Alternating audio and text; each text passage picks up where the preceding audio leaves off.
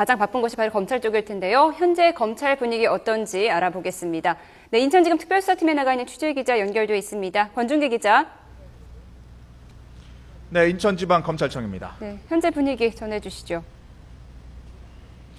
네, 이곳 인천지검은 밤새 주요 수사팀의 불이 꺼지지 않았습니다. 그리고 이곳 인천지검 바로 앞에는 경찰 버스가 서 있고, 그리고 주변에는 경찰차 몇 대가 주위를 지키고 있습니다. 만에 하나 구원파 신도들이 몰려올 가능성에 대비하고 있는 것으로 보입니다.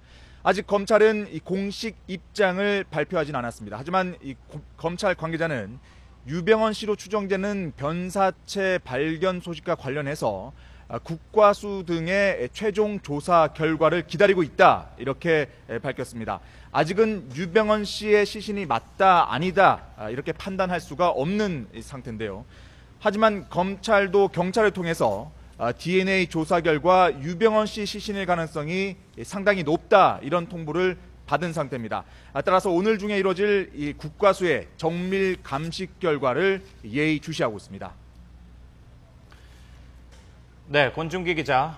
그런데 검찰이 그 유 씨에 대한 구속영장을 이제 다수지 청구했는데요. 최초 청구했던 구속영장이 이제 만료가 돼서 구속영장을 다시 청구했다면 유 씨를 앞으로 계속 검거하겠다, 신병을 확보하겠다라고 검찰은 그동안에 계속 생각을 해왔다는 건데, 이렇게 유 씨로 추정되는 변사체가 갑자기 발견됐단 말이에요. 그러면 그 인천지검은 그런 상황들을 그동안에 전혀 몰랐다라는 얘기가 되는 겁니까? 네, 사실 그 부분이 좀 의아한 점입니다. 어제 아침까지만 해도 검찰은 이곳 인천지검은 이 유병헌 씨에 대한 구속영장을 재청구해서 이 법원에서 6개월짜리 이 구속영장을 발부를 받은 상태입니다. 또 어제 오후에 대검에서는 유병헌 씨에 대한 추적을 포기하지 않겠다, 끝까지 추적해서 검거하겠다, 이런 의지를 밝힌 바가 있습니다. 그런데 이 시신이 발견된 시점은 지난달 12일이고요. 그렇다면 이미 40일이나 지난 시점입니다. 하지만 검찰은 지금까지는 전혀 몰랐다, 그러니까 어제 저녁이 돼서야 유병헌 씨 추정 시신이 발견됐다는 얘기를 경찰에서 전해 들었다, 이렇게 얘기를 하고 있습니다.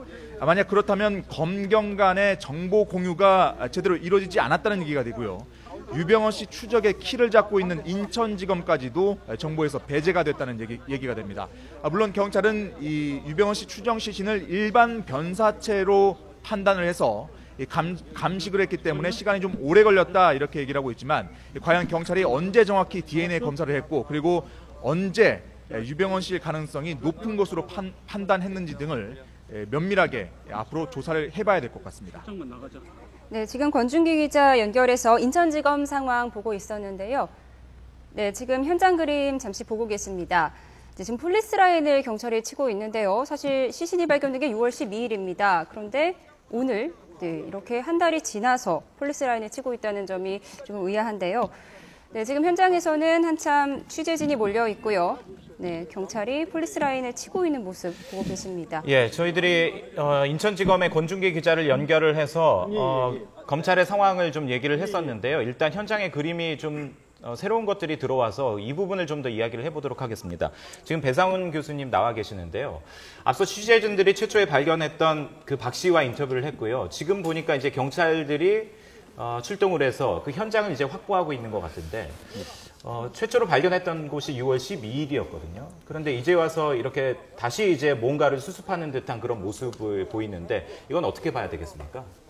뭐 단적으로 먼저 잘못한 거죠. 그러니까 이제 만약에 그걸 먼저 파악을 했었다고 하면은 그 이전에라도 빨리 이 현장을 확보해야 되는 부분이 돼야 되는데, 지금 아까 보신 것처럼 취재진이나 아니면 다른 사람들이 다른 것들을 이제 뭐 가져가기도 하고 뭐 다 해는 걸 그 다음에 저 폴리스 라인 짓다는 게 상당히 큰 문제가 있는 겁니다. 저런 상태에서. 시간이 상당히 지났는데요. 물론 변사체가 발견됐을 당시에는 그저 노숙자이다라고 추정을 했기 때문에, 유병헌 씨라고는 상상도 못했기 때문에라고 이제 핑계를 댈 수 있겠지만, 폴리스 라인을 치고 이제서 뭔가를 수습하는 장면, 이것은 좀 의아하고 너무 늦었다라는 생각이 들기도 합니다. 조금 질타를 받아야 되는 부분이라고 보여집니다. 만약에 그 경찰 스스로 이제 좀 분석 결과를 받은 다음에는 바로 즉시 확보하려고 노력을 했어야 되는데, 지금 이제 취재진들이 다 이제 밟고 뭐 좀 훼손한 부분 다음에 저거 하면은 저거는 과학 수사에서의 원칙이 무너지는 거죠, 사실.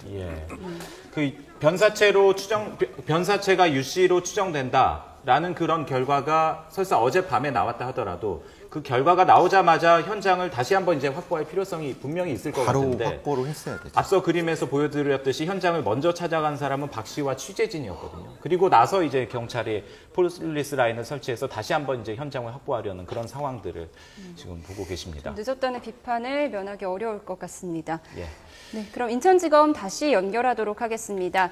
네, 권준기 기자. 네, 유병헌 씨가 순천별장 인근에서 시신으로 발견됐는데요. 유병헌 씨는 늘 조력자들의 도움을 받아서 잡기 어려웠다, 늘 이렇게 판단되고 있었습니다. 그렇다면 이번 발견 당시 조력자들의 흔적 주변에서 발견될 수 없었습니까?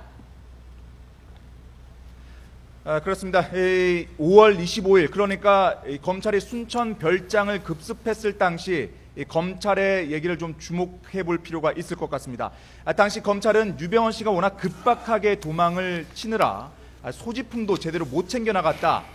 또 멀리 도망가지 못했을 것이다. 이렇게 밝힌 바가 있습니다. 또 그때 당시 운전기사인 양회정 씨도 유병헌 씨와 떨어져서 전주로 달아났었습니다. 또 검찰은 최근까지 구원파 조력자들을 잇따라 검거했지만 5월 25일 그러니까 순천별장을 급습했을 당시 이후에 유병헌 씨와 같이 있었던 사람은 찾지를 못했습니다.